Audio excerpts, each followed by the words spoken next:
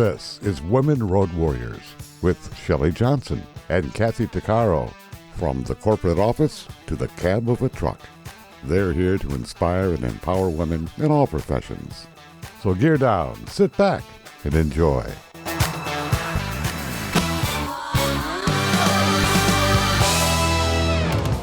Welcome. We're an award-winning show dedicated to empowering women in every profession through inspiring stories and expert insights. No topics off limits on our show. We power women on the road to success with expert and celebrity interviews and information you need. I'm Shelley. And I'm Kathy. How has your luck been in dating? Not so good? What if the reason you keep attracting the wrong relationships isn't bad luck, but a pattern you were never taught how to break? Our guest today knows that cycle intimately because she lived it. Before she became a leading voice in relationship psychology, Dr. Morgan Anderson found herself stuck in the same painful loops so many women experience, tolerating unhealthy relationships, discovering betrayal, and even facing a situation so toxic that it led to a police report. At one point, she even walked away from a truly good relationship over something as small as a guy liking baseball. But instead of staying stuck, she made a powerful decision to understand why. That decision led her to become a clinical psychologist, an attachment theory expert, and a nationally recognized relationship coach who now helps women completely transform the way they love and are loved. She's the author of Love Magnet, Get Off the Dating Roller Coaster and Attract the Love You Deserve, the creator of the Empowered, Secure, Loved program, and Dr. Morgan Coaching, and host of the top-rated podcast, Let's Get Vulnerable. Today, she's helping women break free from self-doubt, heal from past relationship wounds, and finally attract the kind of love that's secure, reciprocal, emotionally safe, and real. If you've ever wondered why you keep ending up in the same relationship patterns or how to finally call in the love you truly deserve, this conversation's going to hit home. Kathy and I are so excited. Welcome, Dr. Morgan. Thank you for being on the show with us. For having me. Thank you, Shelley and Kathy. I'm so honored to be here. Thank you. Thank you. Vice versa. We're honored to have you. You know, you're quite the lady, and you're helping so many women, and your insights comes from personal experience. You've been there, done that, and got the T-shirt. How did you turn all of this around, and what did you experience? Well, you gave such a lovely intro that really captured a lot of my story. I think, like so many people who find themselves in the field of clinical psychology, it all started for me with early childhood trauma. I did lose my mom at a young age. And really, from age 6 on, there was a lot of chaos in my family life. And I just started to develop really unhealthy beliefs about myself from a very young age. And I started to develop very unhealthy relationship patterns. Even the people I had crushes on in middle school, there was already unhealthy things happening at a young age. And then as I progressed in my life and I kept having relationship after relationship, it was that realization that it wasn't a different relationship. It was the same relationship every time, but with a different person. So I tell my clients sometimes it's like you're dating the same guy, but they just have a different haircut. That was me. I was repeating the pattern over and over, and the pattern got worse and worse and worse until I did find myself in a relationship with a narcissist. And that was my second year of my clinical psychology degree, getting my doctorate. And just as you mentioned, that relationship ended in a near-death experience for me where I was filing a police report. And I remember sitting in the lobby of my apartment building, filing this police report. And I had this out of body experience and watching myself do this. And I went, this is not me. This cannot be me. I don't know how I will continue in my life if I continue these patterns. And it was that rock bottom moment. And from that moment on, I decided I'm going to understand how to have a healthy relationship. I'm going to research it. I'm going to figure it out. I'm going to do whatever it takes. I'm going to at least try to learn about it and understand it. And then that's when I threw myself into researching attachment theory, understanding attachment styles, understanding our relational trauma and the impact on our romantic relationships in adulthood. And I threw myself into it.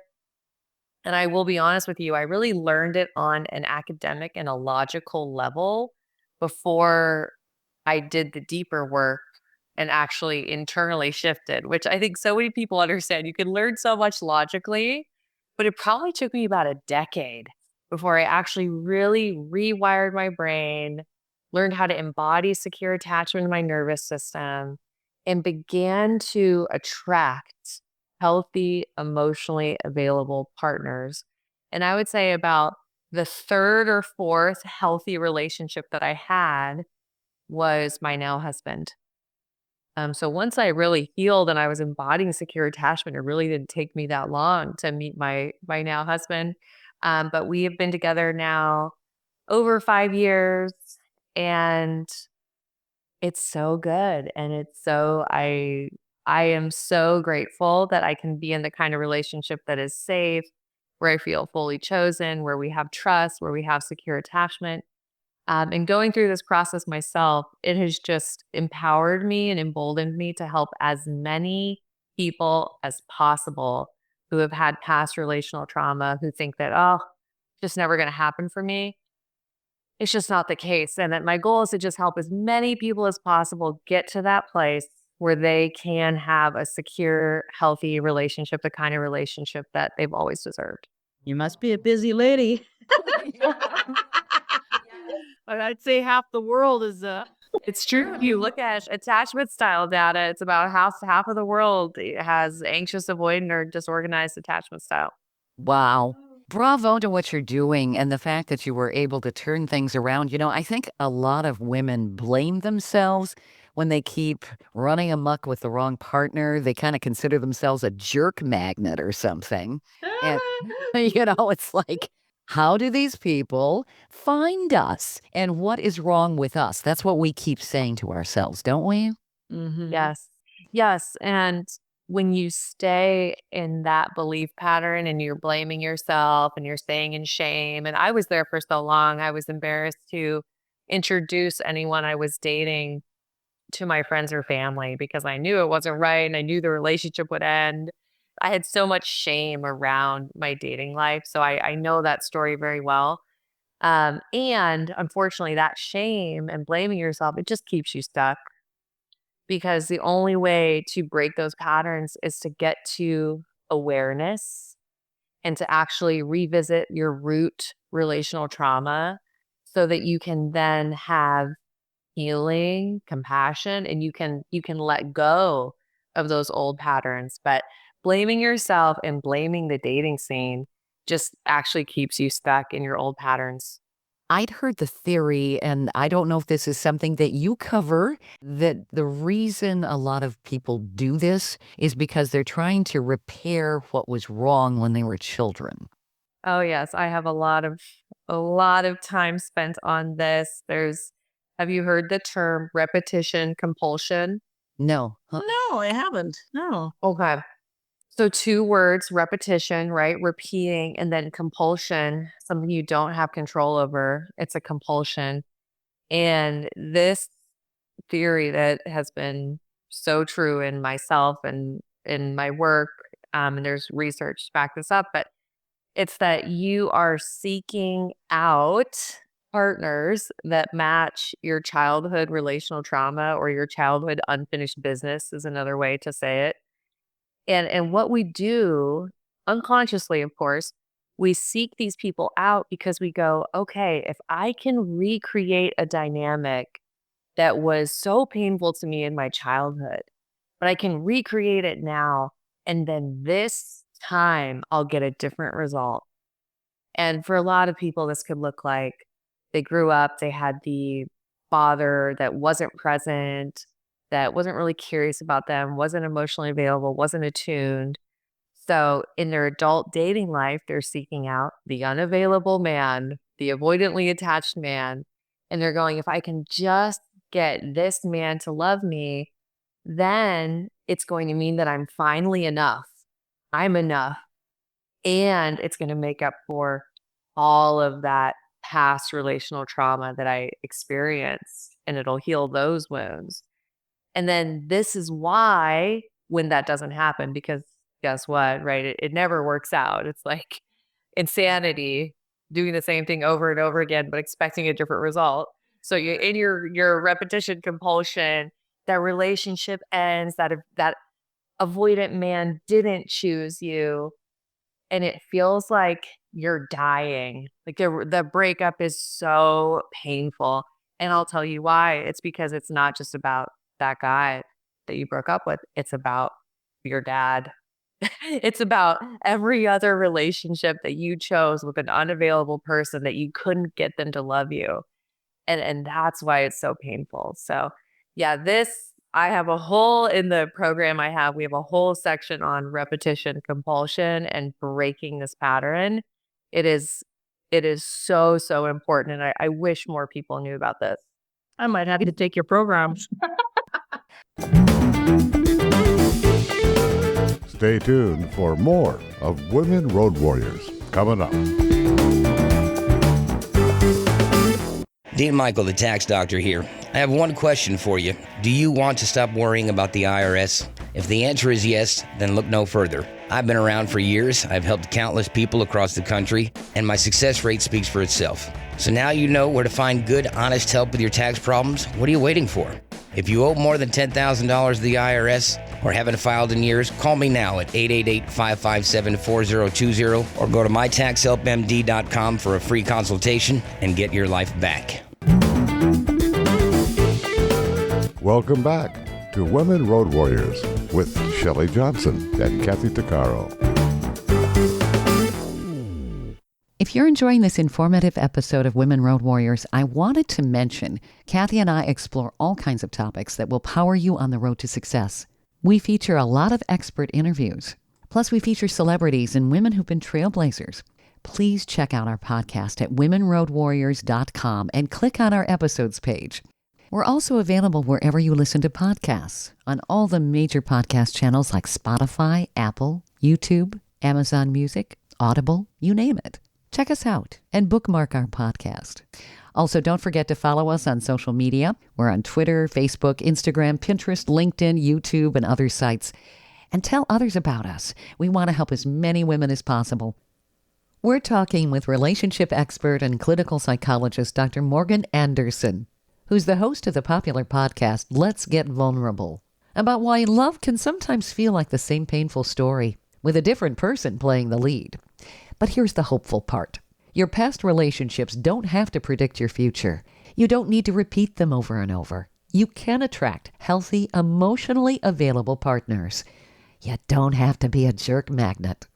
You can develop a healthy attachment style and attract really neat people. Dr. Morgan, in our last segment, you were describing something called repetition compulsion, where we actually are drawn to familiar people that mirror the destructive relationships we may have had as children or previously in our lives because we're seeking out ways to prove to ourselves we can really be accepted by this kind of person. Does this happen in the subconscious mind? I think if we consciously knew we were doing this, we'd look in the mirror and go, what the heck is wrong with me? You know? Yeah, I know. It's your subconscious. It's your subconscious brain. And what I find so fascinating is you could go, talking about these wounds, you could go into a room with 99 securely attached, emotionally available people, but there's that one avoidant person that doesn't quite have capacity to love you well. And guess who you're going to be attracted to if you haven't healed this repetition compulsion? You're going to find that one person and you're going to be like a moth to the flame to them because they fit your pattern. They fit what your nervous system knows to be true about love. And they also help you with that core desire of trying to heal your past relational trauma by having a different outcome of your present. Some of these people can be chameleons, though. They can come out and be so nice and so wonderful, like the narcissist, like you said you were involved with a narcissist. We don't see it coming. No, we don't. And the more that we do our inner work and the more that we become securely attached, we start to see it so much sooner. When I work with clients and they talk about, Dr. Morgan, I only went out on 3 dates with that guy, and the past version of me would have dated him for 3 years. Then I know, okay, we're healing. So the more that you can move towards secure attachment, the less time you'll invest with people that don't have capacity to love you. So is the process getting to know ourselves better too, and maybe developing more confidence? Because all of this just seems so insidious and so elusive. We get to the point where it's like, I'm not even going to date anymore. I can't trust myself. Can I just say something real quick? Sure. When Dr. Morgan, my past comes from a very volatile upbringing ever since I've been knee high. And so all my relationships were all very violent, very physical, very abusive, and just, I should be dead 10 times over. So fast forward to age 40, I ended up in treatment for this women's program for a couple of years off and on. And it was only then did I learn to unlearn what my brain had been fed for years. And all of a sudden, it's that rewiring of, oh my gosh, right? And so it was from that time, recognizing my own inner patterns and learning to change that whole thought process, and learning to love myself strong enough to not follow old patterns that are drawing me, that string that's pulling you, right? I'm like, yeah, no, don't go there. And so that has significantly helped me in my relationships now. And I'm assuming for a lot of domestic violence women or people that are in domestic violence situations, it's a cycle, right? And I had to break that cycle within myself first and foremost. Yeah, thank you for sharing that, Kathy. I really appreciate you opening up. I know there's so many people that relate to that story. And yeah, surviving domestic violence and getting out of it, there is this process of unlearning the lies that you were told that were used to control and manipulate you, frankly, right? And really, when I think about all relational trauma, if we look at the core, that's such a key part of it. We have to unlearn the lies that we started to believe about ourselves. Because if you look at those lies, they were designed to keep you in the relationship, right? And when you're a child or even in a domestic violence dynamic, you feel like, oh, it's like getting out of that relationship. It's like cutting off a limb. You're so attached. And especially as children, right? We need our parents for survival. We need them for survival. So we have to believe whatever we're required to believe about ourselves so that relationship can be maintained. Yeah. Because we need it. So if I have to believe, well, I'm not enough, I'm not that important, my parents' needs are more important, and that's why they never check in on me and see how I'm doing, I will believe whatever I have to believe to maintain that relationship.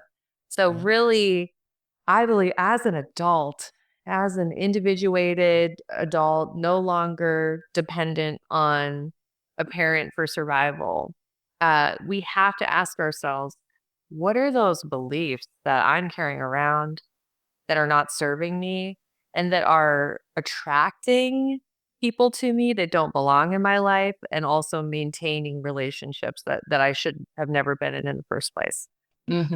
So you said that people seeking out very destructive relationships, essentially, it's as high as what, 50%? Is there relational trauma with that many kids growing up? Thank you for clarifying that, because it's 50% of people who have an insecure attachment style Oh, So it's not necessarily abusive relationships. However, it's such a spectrum. You can have an anxious attachment style and be in a relationship with an avoidantly attached person. And that can, of course, cause a level of emotional distress and maybe emotional abuse.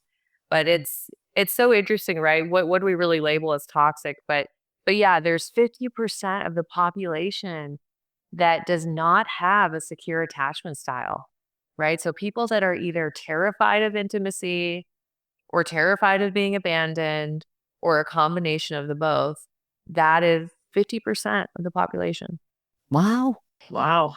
So does it start in childhood where maybe maybe parents need to go to a class so they don't do this to their kids? Yes, it does start in childhood. Yes, and because I love this question because it doesn't get talked about enough. It starts in childhood and your early romantic relationships and subsequent significant relationships. So even friend relationships, sibling relationships, any significant relationships in your life will also impact your attachment style. Okay. Mm. And we all know that children can be really mean to each other. So maybe you could have very healthy parents and parents that have healthy parenting, but then you encounter some real doozies when you're in school. And even siblings, right? Oh, siblings can be mean too. There, Yeah. oh, there's sibling trauma that doesn't get talked about. One of my favorite clients, I know I probably shouldn't say I have favorite clients, but we all do. Anyways, one of the women I just adored working with, her root relational trauma was actually her first boyfriend when she was 16 years old. Came from a wonderful, loving family, had secure attachment style, and it was that first young relationship that she had, and that had been the template and caused her to develop an insecure style in her adult life. So it really is interesting. Every person is unique. When we look at it's something called their relationship inventory. I do this with all my clients. When we look at the inventory, everyone is unique as to where their blueprint for love came from. Stay tuned for more of Women Road Warriors coming up. Dean Michael, the tax doctor here. I have one question for you. Do you want to stop worrying about the IRS? If the answer is yes, then look no further. I've been around for years. I've helped countless people across the country, and my success rate speaks for itself. So now you know where to find good, honest help with your tax problems. What are you waiting for? If you owe more than $10,000 to the IRS or haven't filed in years, call me now at 888-557-4020 or go to mytaxhelpmd.com for a free consultation and get your life back. Welcome back to Women Road Warriors with Shelley Johnson and Kathy Tuccaro. We're back with Dr. Morgan Anderson. She's the author of Love Magnet. Get off the dating roller coaster and attract the love you deserve. She's also the creator of the Empowered, Secure, Loved program and the host of the Let's Get Vulnerable podcast. She's a relationship expert who empowers women. Now, when it comes to relationships, we've all heard someone say, "Why didn't she see the red flags?" But when you're emotionally invested, red flags don't always look red. Sometimes they look like chemistry, excitement, or even potential, and then we find out we were wrong. But we could be dealing with relational trauma and something called repetition compulsion. It can be fixed once we heal. The facts are we're conditioned to how and who we love based on our past relationships, especially when we were kids. Dr. Morgan, we've covered just some of how our past influences our attachment styles and the people we seek out. You called it a blueprint for love. And when you think about it, all of that with imprinting, we have imprinting. It shapes us. It shapes our perceptions of ourselves. And all of this, it's in the back of our mind. I think our mind absorbs everything, doesn't it? The subconscious, every single second we're on this earth, and we don't realize what it's doing. Yes. And it's just so important to think about, I do this with my clients to think about well, how do you want to feel? What would your ideal relationship actually be like? Do you want to feel emotionally safe and adored and desired and taken care of and like you can be your full authentic self? We have to start connecting to what we really want and what could be possible for us, because otherwise we're just going to stay in the model that we were given. Your brain is so lazy that way. It has a model and it wants the environment to conform to that model. So we have to really intentionally disrupt the model and create something new. I've even known of some women that had a really, really nice guy, and they've been so used to having chaotic relationships that they create the chaos themselves. Mm. Have you dealt with that? Absolutely. Absolutely. Myself personally, as you mentioned, when I broke up with a guy because he liked baseball. And this was when I was still trying to heal my disorganized attachment style.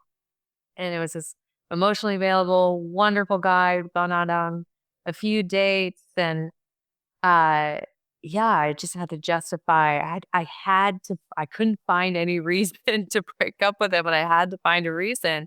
And I had just decided it was because he liked baseball and I didn't want to go to baseball games. And, you can look at that and go, wow, that's so insane. But at the time, that's what I had to do for survival for myself. I had to distance myself from him because it did not feel safe to be chosen, to be loved, to have someone actually do what they say they're going to do. Be calm, the stability, the emotional availability felt terrifying to me because it did not match what I knew to be true about love. It wasn't your comfort zone. No. And I see so many people, it breaks my heart, in the dating scene. I think they'll talk about, well, I just have high standards. Or, well, I just want someone that's like this and has that. And it can be this way of distancing ourselves and finding reasons to push people away. Because unfortunately, there's so many people that are not comfortable with closeness, that are not comfortable with being chosen, that are not able to receive emotional availability, and they're not emotionally available themselves. So then, you have this dating culture where people are complaining about, oh, there's all this swiping and we connect on the apps, but then we never actually meet up. There's just a lot of people who aren't aware of themselves, and they're not aware of how they're showing up, and they're not able to get close to people. And I think it does create a lot of frustration in the dating world. Well, online dating is an anomaly all in and of itself. I mean, it's rather deceptive. There's so much of our communication that's nonverbal. You're really not getting the true essence of people when you're trying to get to know them online or on an app. They can look a whole lot different with AI. You have no idea at all what you're getting involved with. I can say, yep, went on a few coffee dates and go, oh my God, that is not what you look like.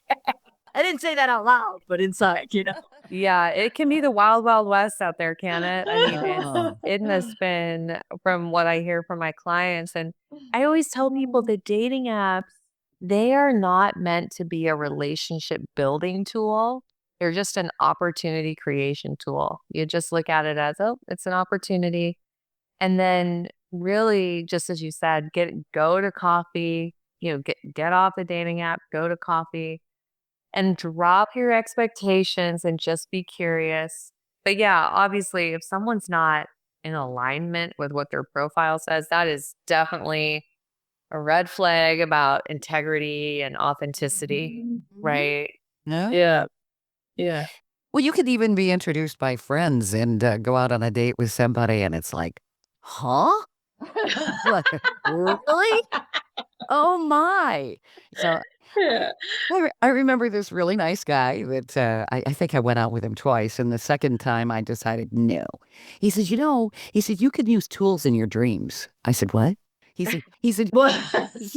He said, you could actually incorporate tools in your dreams. He said, I do. I said, what do you do exactly? He said, well, I bring hammers and screwdrivers to bed, and then I incorporate them into my dream. And I thought, that sounds like a dangerous person.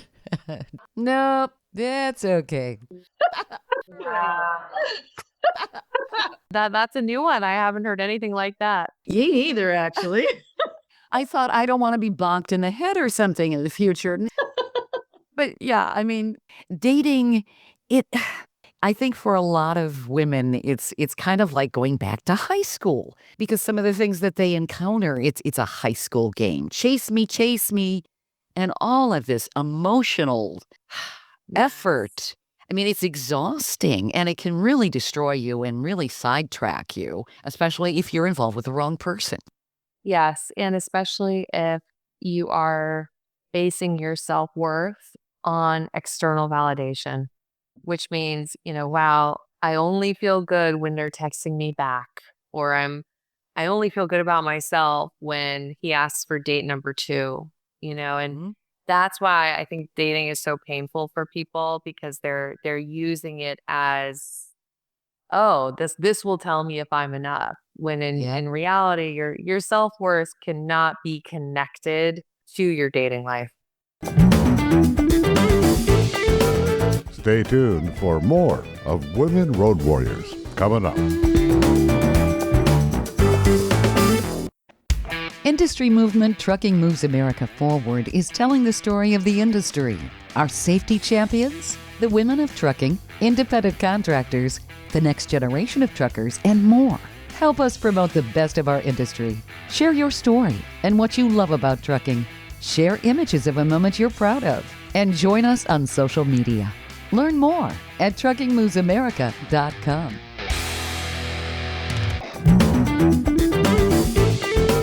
Welcome back to Women Road Warriors with Shelley Johnson and Kathy Tuccaro. We're having an eye-opening conversation with Dr. Morgan Anderson about creating love that feels secure, reciprocal, and emotionally safe. And I love this question. What if finding the right relationship isn't about becoming more attractive, more accommodating, or more perfect? What if it begins with believing you no longer have to audition for love and you can find a safe partner? Dr. Morgan is an expert in this area, and she empowers women everywhere to break free from old relational habits and unhealthy attachment styles. People learn how to not push healthy people away. Dr. Morgan, you'd said in our previous segment that dating can be painful because sometimes people are using it for self-validation or to tell them that they're enough. You can't base your self-worth on that, or you could be crushed when you get involved with toxic people. There's some people that like to play the games. It's like, well, I'm not going to call her back. I'm not going to text her. I'll just let her hang. And you do. You obsess. And it's like, why didn't I hear back? What's going on? There's radio silence. Yes. And I think some of the work of becoming securely attached is when you don't get that text back and you're going, oh my gosh, it's that redirect to, well, what is this data telling me about this person and telling me about how I feel in this relationship? Is this how I want to feel? And is this the kind of partner that I want? And you're gathering data. I tell my clients, you're the love scientist. You're seeing how you feel. You're learning about this person. And you don't say, oh, he didn't text me back, I guess he must not like me, or I think there's something wrong with me. You gather the data like a scientist. My mother always says, before you start doubting yourself based on what other people say, she says, take a close look at the source. So don't basically, look at where it's coming from. And you don't need to feel judged or by what somebody thinks. And I think the bottom line is your foundation. You have to be able to build it based on your own self-awareness and not on what other people are throwing at you. And I learned this only after the age of 40, after after learning about boundaries, and I'm like, what? I could say no? Like, huh? So yeah. So that self-awareness is key. Absolutely. Yes. And if they're not texting me back, and then my initial thought is, oh, something's wrong with me. I'm not enough. Maybe I'm not pretty enough. I think we have to say, whoa, where is that coming from? And for a lot of us, it's our wounded inner child. It's our past relational trauma speaking. It's that part of us that felt like, ooh, I have to do something, change something about myself in order to not be abandoned. Right. We have to have awareness about, hey, that's not based in reality. That's actually just based in past relational trauma. But that takes a lot of delving, doesn't it, to get through all of those layers? Well, I guess I've always been somewhat of a nerd, if you will, in this way of I just always from a young age, I've always wanted to ask those deeper questions. And I guess that's why I'm in the right career, isn't it? Because yeah, a lot of us we need help to start asking those questions. It's painful. It's a lot. We will avoid it. We'll watch Netflix or scroll on social media. We don't want to ask those questions. We don't want to do that self inquiry, that is required. So I do think that's kind of when go talk to someone, go pay someone and sit with them and be forced to start looking at these things. But it's amazing once you do. Even Kathy was talking about how much she's changed. It's like once you do have some self-awareness and some of your patterns and the roots of things, you just start to see things so much more easily, and your life really can change pretty quickly. It's like getting a new set of glasses when you didn't know you needed them. Exactly. Well said, Shelley. Exactly, Shelley. And that's actually based in neuroscience. It's based in neuroscience, based on salience, our brain noticing what really fits with our patterns. When we change internally, our external world changes as well. And I mean, I work with women in a 3-month program, and they are different people on the other side of that 3 months. And that's what keeps me going, is getting to see that. But I think sometimes we think it's like, oh, this is going to take me a decade in therapy, or it's going to be so painful. I'm not going to be able to handle it. There's no way I could revisit my past. But if you knew, like, yeah, okay, I got to do some digging under the hood. I need to do some deep diving, understand myself more.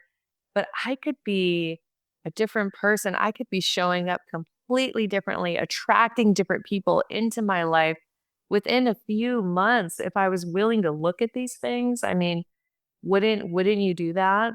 I just think it's so worthwhile.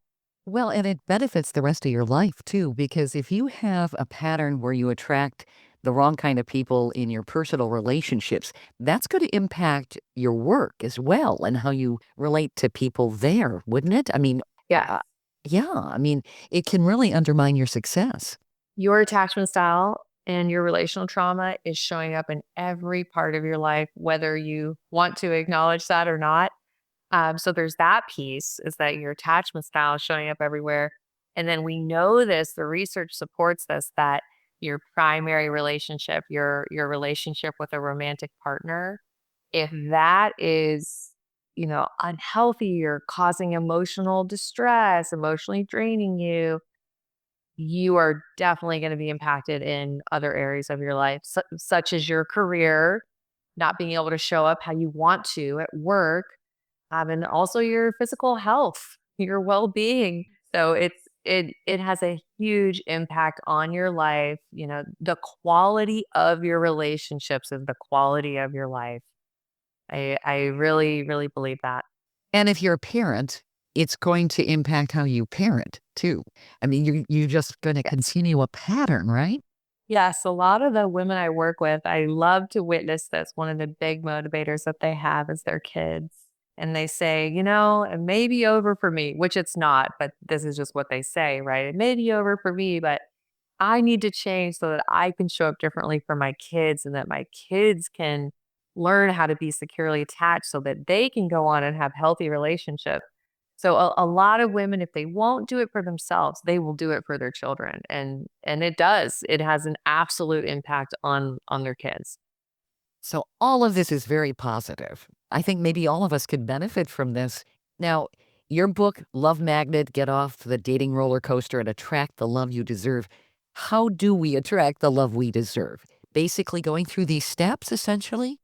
Yeah, I know we've talked about a lot today in terms of different aspects of what's required. If I had to sum it up, the first step is awareness. We have to have awareness. We have to be able to go revisit the root trauma that, I talked about the relationship inventory. It's absolutely required. And that's painful. And it's just, we have to do it. And then the second step is beliefs and really rewiring your brain. Like, we have to look at your belief system, see what is no longer serving you, and get rid of those beliefs about yourself and beliefs about relationships that are maintaining the kind of relationships that you don't want. So rewiring your belief system. And then the third step that we haven't talked about as much today, but is absolutely necessary, is learning how to embody secure attachment and have a regulated nervous system. So getting out of that fight or flight zone, staying in your calm, secure, confident, regulated nervous system. And then finally, the fourth step is skills, is learning how to pace your emotional investment, not to go too quick, early stages of dating, how to navigate conflict in a securely attached way. My clients love that. They're like, where has this been all my life? Learning how to show up in a relationship and communicate and have assertive, secure communication. All of these skills are really important, but notice it's the final step, because without those first three, the skills won't matter.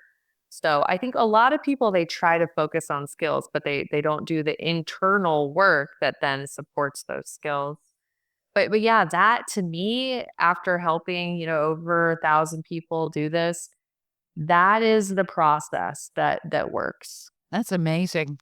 I can see why you're helping a ton of people. Me too. You also have something called the Breakup Academy on how to get over an ex. That's huge, because when you break up with somebody, that's just like, oh man, it's like somebody just ran you over with a big truck or a big train or something. Oh, yes, absolutely. Yeah, I love that we have that available, because when you are in that place, you really need it. So it's a really helpful thing to go through if you're needing to get to that place where, okay, my ex is no longer taking up all of the space in my brain, and I can have forgiveness and I can let that relationship go. And I need to be able to get to this place where I have a blank slate moving forward and I can start to get excited about dating again. That's what I help people do with the Breakup Academy. Yeah, because it's easy when you're breaking up or you have broken up. The people live rent free in your head, and you go over and over and over all kinds of scenarios. Right? I should have said this, or this should have happened, or why did I do this? Or Yeah, we become obsessed.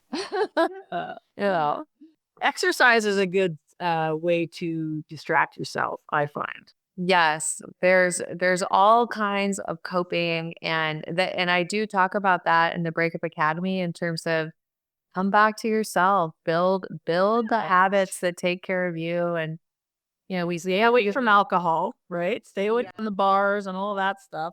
Yeah.